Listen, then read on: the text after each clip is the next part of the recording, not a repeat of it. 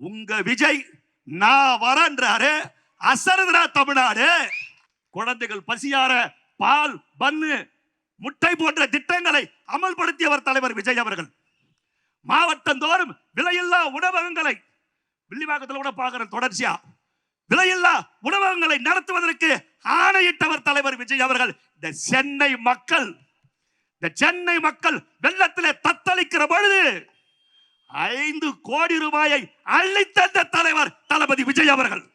இந்த நாட்டை நாசப்படுத்தி கொள்ளையடித்து இந்த நாட்டை தங்கள் குடும்பத்தின் வேட்டைக்காரையாக மாற்றி காட்டிய கோபாலபுரத்து கூட்டம் மீண்டும் இந்த தமிழகத்தை ஆள வேண்டுமா? நன்மை செய்ய வேண்டும் என்று அடுத்த 30 ஆண்டுகள் இந்த மக்களை என் தலையில தூக்கி கொண்டாட வேண்டும் என்று வந்திருக்கிறேன் என்று சொல்ல தலைவர் விஜய் வேண்டுமா என்பதை தீர்மானிக்கிற நாள் தான் வருகிற 23ஆம் தேதி.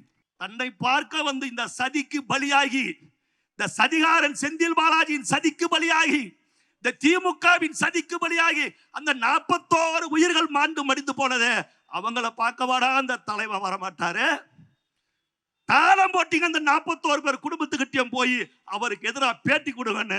ஐயோ, எங்க உடம்புல உயிர் இருக்கிற வரைக்கும் அவரை எதிர்த்து நாங்க பேச மாட்டோம்ப்பா, எங்க காலில் விழுந்தாருப்பா அவரு. சிபிஐ அலுவலக வரலாறுலயே அவ்வளவு தைரியமா ஒருத்தன் உள்ள வந்துட்டு அவ்வளவு தைரியமா வெளியே போன சரித்திரமே கிடையாதுடா. அர்ஜுனனுக்கு வில்லு, ஹரிச்சந்திரனுக்கு சொல்லு, எங்க தலைவன் விஜய்க்கு தில்லு.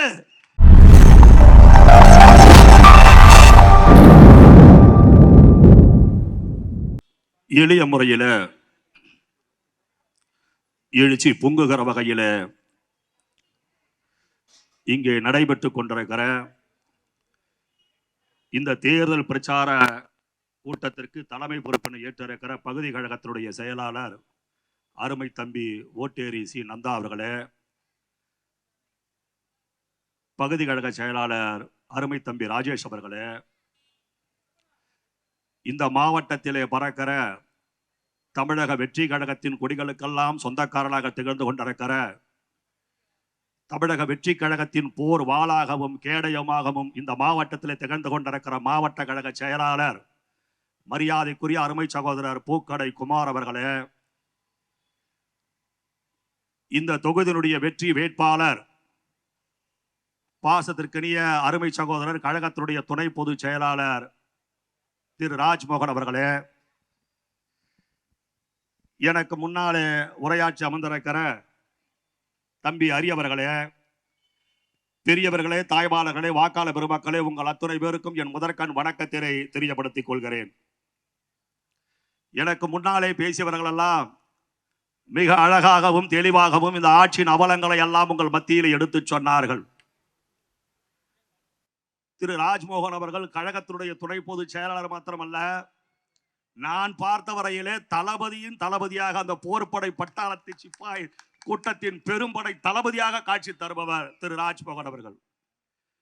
இங்க இருக்கிற எழுச்சியை பார்க்கிறோம், இந்த ஆரவரத்தை பார்க்கிறோம். ஒரு மாற்றத்தை தேடி இந்த மக்கள் வந்து விட்டார்கள். இவர்கள் ஆண்டது போதும், இவர்கள் ஆட்சியில மக்கள் மாண்டது போதும் என்கிற நிலைக்கு இந்த மக்கள் வந்து விட்டார்கள் என்பது தெல்ல தெளிவாக தெரிகிறது. ராஜ்மோகன் அவர்கள் வெற்றி பெற்று விட்டார். எவ்வளவு வாக்குகள் வித்தியாசம் என்பதுதான் இப்பொழுது நம்ம உள்ள இருக்கிற கேள்வி. இங்க முன்னாடி இருந்த எம்எல்ஏ பத்தி சொன்னாங்க, ரவிச்சந்திரன் ஒருத்தர் இருந்தார்.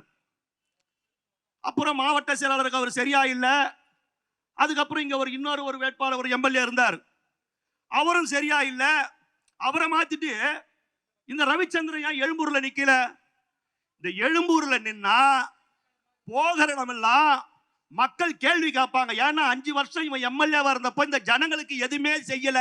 அதனால எழும்பூர்ல இருந்து திருவிக்கா நகருக்கு ஓடி போனவன் தான் இந்த அவர் பேர் என்னது, ரவிச்சந்திரன். புரியுதுங்களா? ஒரு மாற்றம் வேணும். ஒரு மாற்றத்தை தேடி மக்கள் செல்லுகிறார்கள். எவ்வளவு இடையூறு, எவ்வளவு பிரச்சனை. இன்னைக்கு கூட தலைவர் திருநெல்வேலி போறாரு, பல்லாயிரக்கணக்கான மக்கள் ஆர்ப்பரித்து வரவேற்கிறாங்க. கோட்டர் கிடையாது, கோழி பிரியாணி கிடையாது, 1000 ரூபாய் காசு கிடையாது, வாகன வசதி கிடையாது. எங்கள் நெஞ்சமெல்லாம் நிறைந்திருக்கிற தலைவா, உன் முகத்தை பார்த்தாலே போதும், உன் முகத்தை பார்த்தாலே போதும் என்று தாய்மார்களும் இளைஞர்களும் இளம் பெண்களும் சாரை சாரியாக இருக்கிறார்கள். அந்த சந்தோஷத்துல தலைவர் பசிய மறந்து போறார். மணிக்கணக்கில் இன்னைக்கு திருநெல்வேலியில தலைவர் பேசுகிறார். தமிழ்நாட்டில் இருக்கிற அத்தனை அரசியல் கட்சிகளும் ஒன்று சேர்ந்து கொண்டிருக்கிறது. திமுகவும் பிஜேபியும் அதிமுக ஒன்று சேர்ந்து கொண்டிருக்கிறது. யாரை எதிர்க்க? என்னை எதிர்க்க. நான் என்ன தவறு செய்தேன்? இந்த மக்களுக்காக நல்லது செய்யணும்னு வந்தது என் தப்பா? என்ன கொஞ்ச நெஞ்சமா தொல்லை கொடுக்குறாங்க, உங்களுக்கு தெரியாதா? திருநெல்வேலியில பேசுறார். உங்கள் முன்னால நாங்க வைக்கிற ஒரே ஒரு கேள்வி இதுதான். நடைபெறவிருக்கிற தேர்தலில் 4 அணிகள் போட்டியிடுகிறது. திமுக, டிவிகே, பிஜேபி, நாம் தமிழர். ஆனால் களத்தில் இருப்பது 2 அணிகள் தான். ஒன்று தூய சக்தி டிவிகே, இன்னொன்று தீய சக்தி டிஎம்கே. தளபதி விஜயா, ஸ்டாலினா, அதை முடிவு செய்கிற நாள் தான் வருகிற 23ஆம் தேதி. இந்த நாட்டை நாசப்படுத்தி கொள்ளையடித்து இந்த நாட்டை தங்கள் குடும்பத்தின் வேட்டைக்காரையாக மாற்றி காட்டிய கோபாலபுரத்து கூட்டம் மீண்டும் இந்த தமிழகத்தை ஆள வேண்டுமா?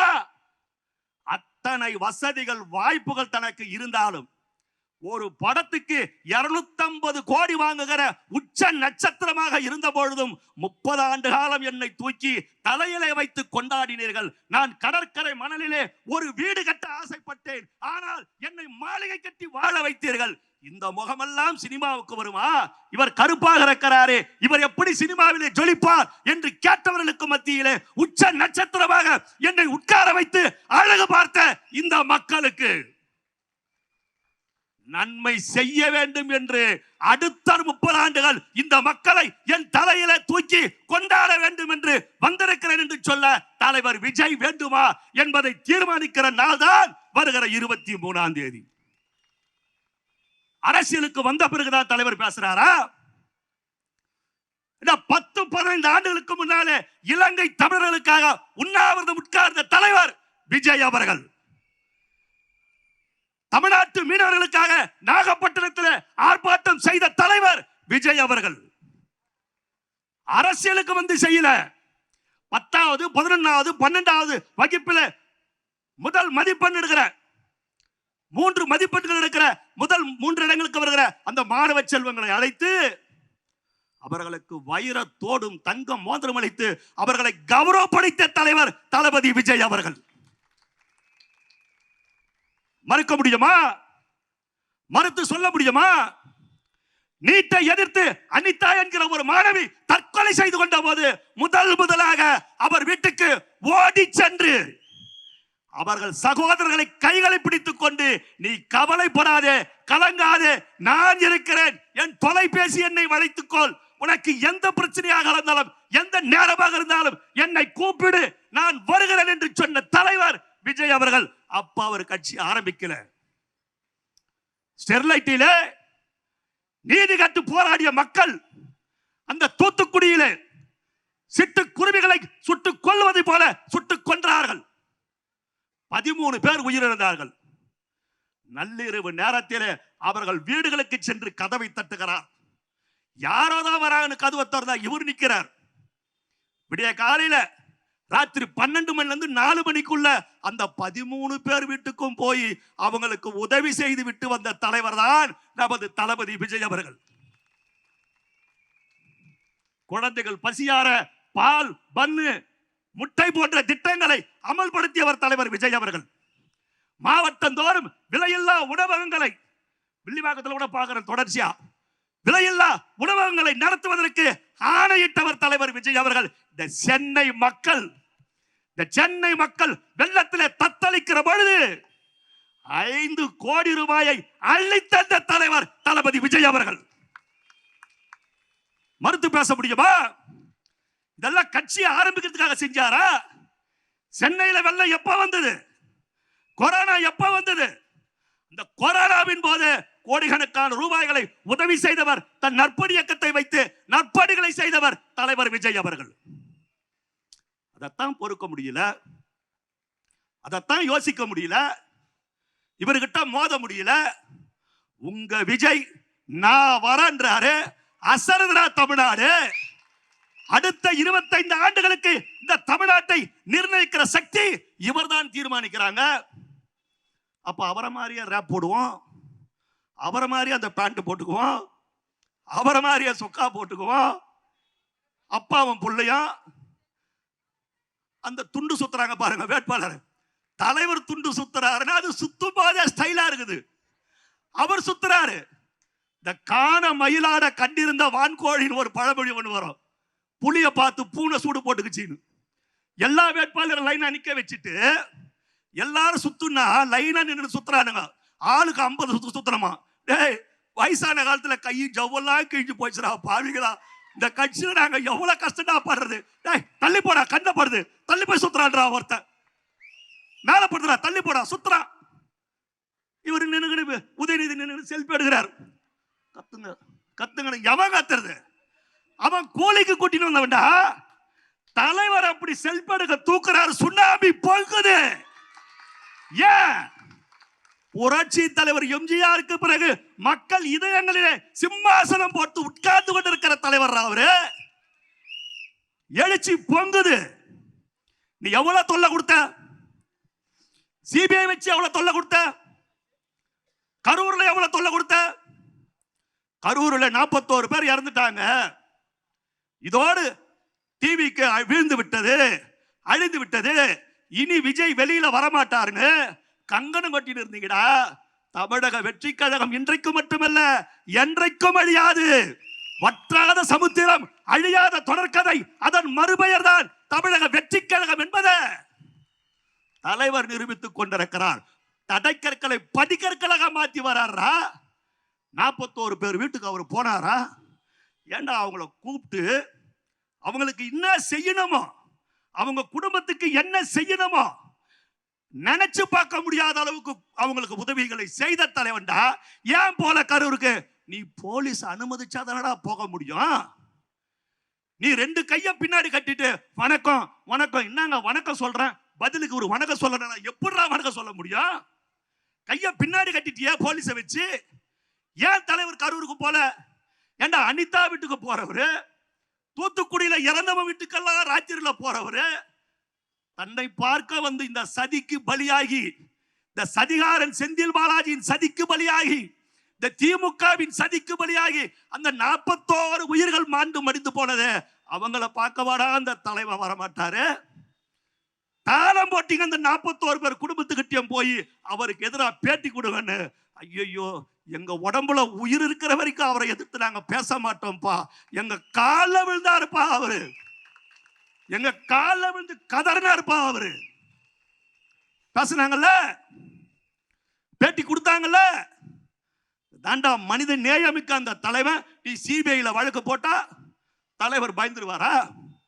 உங்க விஜய் நான் வரேன் டெல்லிக்கு தானே, தனி பிளைட்டு. என்ன தனி பிளைட்ல போறாரு? ஏன்னா தனி பிளைட்ல அவர் சம்பாதிச்ச பணத்துல போறாரா? உங்கள மாதிரி ஊரு துட்ட கொள்ளச்சு ஊரு தாலி அறுத்து அந்த பணத்துல போல, உழைச்சி சம்பாதிச்ச பணத்துல போறார் தனி விமானத்துல. தெரியுமா? கை காட்டிக்கினே போறார், ஸ்டைலா போறார். உங்க அப்பாவையும் தான் கூப்பிட்டாங்க. ஐயோயோ கொலை பண்றானுங்க கொலை பண்றானுங்கன்னு கத்தலையா, கதறலையா? உன்னை தேர்ந்தா கூட நீ கிடைக்கலையா? சென்னையை விட்டுட்டு பெங்களூருக்கு ஓடி போயிட்டிய. இன்னைக்கு இருக்கிற நீ மாவீர முதலமைச்சர் எங்க போயிருந்த? ஓடி ஒளிஞ்சிய சொல்லுங்க. அப்படி அப்பனார் தலைவர். சிபிஐ அலுவலக வரலாறுலயே அவ்வளவு தைரியமா ஒருத்தன் உள்ள வந்துட்டு அவ்வளவு தைரியமா வெளியே போன சரித்திரமே கிடையாதுடா. அர்ஜுனனுக்கு வில்லு, ஹரிச்சந்திரனுக்கு சொல்லு, எங்க தலைவன் விஜய்க்கு தில்லு. தெரியுமா? பயத்துக்கு எங்க தலைவரை பார்த்தா பயம்டா. பயத்துக்கு தலைவரை பார்த்தா பயம். சோளக்காட்டு பொம்மையை பார்த்து கொக்கு பயப்படும், சோளக்காட்டு பொம்மையை பார்த்து குருவி பயப்படும், சிங்கம் பயப்படாதுடா. சிங்கடிகர் தலைவன். தெரியுமா? ஜனநாயகனுக்கு தடை. ஜனநாயகன் வெளிவருமா? ஜனநாயகனுக்கு தடை போட்டா விஜய் ஆடிடுவாரு. அசரலியே அசரலியே ஒரு வார்த்தை அமித்ஷா கிட்ட அப்படி பேசியிருந்தா அடுத்த 1 மணி நேரத்தில் ஜனநாயகன் படம் ரிலீஸ். அசரலிய தலைவர். நீ எவ்வளவு இடையூறு பண்ணாலும் சரி, நீ எவ்வளவு தொல்லைகளை கொடுத்தாலும் சரி, என்ன பார்த்தா நான் ஸ்டாலின் மாதிரி தெரியுதா? வெள்ள கொடைய பிடிச்சுக்கின்னு ஏர்போர்ட்டுக்கு போனீங்க, மோடியை வரவேற்க. உலகத்துல எங்கன்னா வெள்ள கொடைய பாத்துக்கிறீங்களா? ஆர்டர் கொடுத்து செஞ்சாங்க இவங்க. வெள்ள கொடைய பிடிச்சுக்கின்னு போன மோடியை பார்க்க. உண்மையா இல்லையா சொல்லுங்க? அந்த மாதிரி மத்திய அரசுக்கு பயந்து அவங்க அப்பா கச்சத்தீவை தாரை வார்த்து கொடுத்தாரு, அப்படியா? மத்திய அரசுக்கு பயந்து காவிரி நீர் உரிமையை அவங்க அப்பா மீட்டு கொடுத்தாரு, அப்படியா? அண்ணா அறிவாலயம் நத்த மேல சிபிஐ விசாரணை, அவங்க சம்சாரத்துக்கிட்டையும் அவங்க பொண்ணுகிட்டையும். கீழே காங்கிரஸ் கூட்டணி பேச்சுவார்த்தை, 68 சீட்டு காங்கிரஸுக்கு அப்படியே தூக்கி கொடுத்தாரு பயந்துக்கன்னு. சீட்டை கொடுக்குறியா உள்ள போறியான்னு அன்னைக்கு மிரட்டாங்க. அந்த மாதிரியா? ஜனநாயகன் படம் வந்தாலும் சரி வரலனாலும் சரி, நீ சிபிஐ வச்சு நீ நெருக்கடி கொடுத்தாலும் சரி கொடுக்கலனாலும் சரி, என் அரசியல் எதிரி திமுக, என் கொள்கை எதிரி பாஜக, ஒரு நாளும் இதில் சமரசம் செய்து கொள்ள மாட்டேன் அப்படின்னு இருந்த தலைவர் அவரு. சிந்திச்சு பாருங்க, எவ்வளவு பிரச்சனை, எத்தனை தொல்லை. வரலாறுல எந்த ஒரு அரசியல் கட்சியும் இந்த அளவுக்கு அடைக்க மாட்டாங்க. புரட்சி தலைவர் எம்ஜிஆருக்கு தொல்லை கொடுத்தாங்க. 48,000 வழக்குகளை அவர் கட்சிக்கார மேல போட்டாங்க. 22க்கு மேற்பட்ட படுகொலைகளை செஞ்சாங்க. குடல் கொட்டி போச்சு. பூலாவரி சுகுமாரனுக்கு கண்ணு வந்து வெளியே விழுந்துடுச்சு. பத்தல கொண்டு ஆறுமுகம் அப்படியே மாண்டு மடிஞ்சு போனா. 22 படுகொலைகளை அன்றைக்கு இவங்க அப்பா கருணாநிதி நிறைவேற்றி காட்டினாரு. புரட்சி தலைவர் எம்ஜிஆர் மீது சட்டமன்றத்தில் உள்ள எம்ஜிஆர் மேல செருப்பால் அடிச்சான் திமுக காரன். இந்த சட்டமன்றம் செத்து விட்டது, இனி முதலமைச்சராகத்தான் வருவேன்னு சொன்னாரு. சொன்ன மாதிரியே வந்து காட்டியவர் புரட்சி தலைவர் எம்ஜிஆர். அந்த வாழும் எம்ஜிஆராகத்தான் நாங்க தலைவரை பார்க்கிறோம். அப்படிதானே பார்க்கிறோம். வராது வந்த மாமணியாக, காலம் எங்களுக்கு தந்த கொடையாக இந்த தலைவனை பார்க்கிறோம். தமிழ்நாட்டு மக்கள் தெளிவா இருக்கிறாங்க. ஏன்னா மாற்றம் இப்போதைக்கு இல்லை என்றால் இனி எப்போதைக்கும் இல்லை. காலம் நமக்கு தந்திருக்கிற கடைசி வாய்ப்பு தளபதி விஜய். இதை பயன்படுத்திக்கலன்னா நாமெல்லாம் மனுஷனே கிடையாது. காலத்துக்கு கோபாலபுரத்துக்கு கொத்தடிமை செய்து கொண்டிருப்பதுதான் ஒவ்வொரு தமிழனுடைய, தமிழ்நாட்டு மக்களுடைய தலையில எழுதி வைத்த எழுதப்படாத விதியாக இருக்கும். மக்களுக்கு பாதுகாப்பு இருக்கிறதா? பெண்களுக்கு பாதுகாப்பு இருக்கிறதா? இளம் பெண்களுக்கு பாதுகாப்பு இருக்குதா? வயசான பெண்களுக்கு பாதுகாப்பு இருக்குதா? இந்தியாவிலேயே பாதுகாப்பான மாநிலம் தமிழ்நாடு தான். அடப்பாவீங்களா? உதயநிதி சொல்றாருங்க, கல்லறைகள் எல்லாம் பிளக்கும், நாற்காலிகள் நடுங்கும், புதைக்கப்பட்ட பிணங்கள் எல்லாம் கூட எழுந்து உட்கார்ந்து கொண்டு சிரிக்கும். அப்பேற்பட்ட காமெடி. பெண்கள் பாதுகாப்பா இருக்கிறாங்க. கிருஷ்ணகிரியிலங்க, கிருஷ்ணகிரி மாவட்டத்தில் ஒரு வயதானவர், 70 வயது, ஒரு 70 வயது, அவருடைய ஒய்ஃப் 62 வயசு. இங்க தாய்மார்கள் இருக்கிறீங்க, உங்களுக்கு தெரியணுன்றதுக்காக சொல்றேன். அந்த 62 வயது மூதாட்டிய கற்பழிச்சு கொன்னுட்டாங்க. தோட்டத்துல வாழறாங்க, சந்தோஷமா வயசான காலத்துல நாம வாழலான்னு அந்த 70 வயது அந்த முதியவர் தடுக்க போறாரு. அவர் அடிக்கிறான், அடிச்சு போடுறான். அந்த முதியவர் தவிக்கிறார். அந்த முதியவர் அடிச்சு கொன்னுட்டாங்க. சாகறதுக்கு முன்ன அந்த பெரியவர் என்ன நினைச்சிருப்பாரு? ஐயோ, என்ன நம்பி வந்தியே, இத்தனை வருஷம் உன்னை ராஜாத்தி மாதிரி வச்சு காப்பாத்தினே, என் கண்ணு முன்னாடி இந்த பாவி உன்னை சின்னாபின்னமா சிதைக்கிறானே, அதை தடுக்க கூட என்னால முடியலையே, எனக்கு வயசாகி போச்சேன்னு அவர் எவ்வளவு வேதனைகளையும் வலிகளையும் சுமந்திருப்பார். அப்பேற்பட்ட கொடுமைகள் எல்லாம் அரங்கேறி கொன்ற ஒரு ஆட்சியாகத்தான் இன்றைக்கு திமுக ஆட்சி இருந்து கொண்டிருக்கிறது. 2.5 வயது பெண் குழந்தைங்க, அதே கிருஷ்ணகிரியில ஒரு திமுகவுடைய அமைப்பாளர் 2.5 வயசு குழந்தைய கெடுத்து சாவடிக்கிறாங்க. 2.5 வயசு குழந்தைங்க.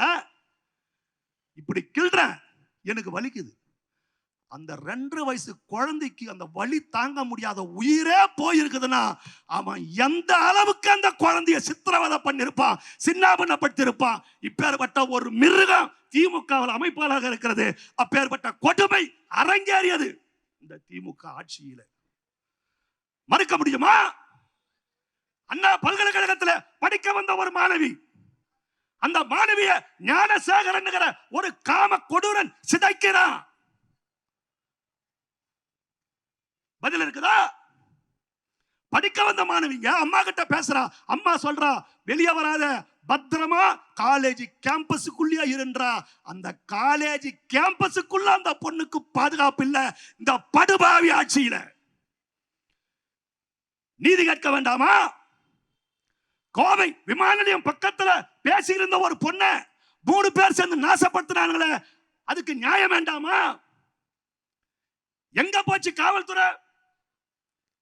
விஜய் எங்க போறாரு, விஜய் எங்க வராரு, டிவி காரன் என்ன பண்றான், இதை கண்காணிப்பதுதான் காவல்துறைக்கு வேலையா? ஏண்டா உலகத்துல ஸ்காட்லாந்துக்கு இணையான போலீஸ்ரா தமிழ்நாட்டு போலீஸ்.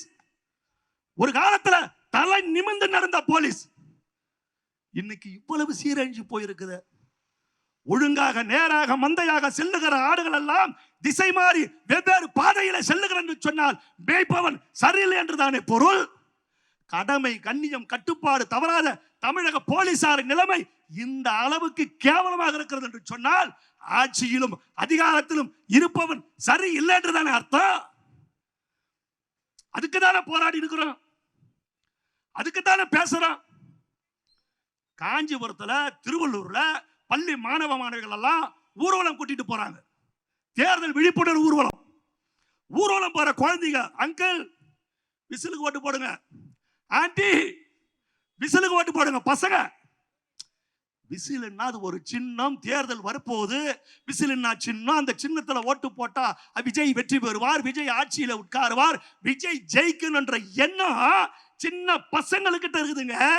இளைஞர்களிடத்துல, இளம் பெண்களிடத்துல, சின்ன சிறு பசங்க கிட்ட கூட இன்றைக்கு அரசியல் படுத்திருக்கிறார் தலைவர் விஜய். அரசியல் படுத்திருக்கிறார். நீ என்ன பண்ண? போதைக்கு அடிமையாக்கின. பள்ளிக்கூடத்திலேயே மாணவிகள் எல்லாம் பிராந்தி ஊத்தி ஒருத்தர் சேஸ் பண்ணி குடிக்கிறாங்க. அந்த அளவுக்கு நாட்டை நாசப்படுத்தி வச்ச திருவள்ளூர்ல ஒரு வடநாட்டு பையனை இறக்கி ரீல்ஸ் எடுக்கிறேன்னு சொல்லி போதையில அவனை கண்டமா வெற்ற.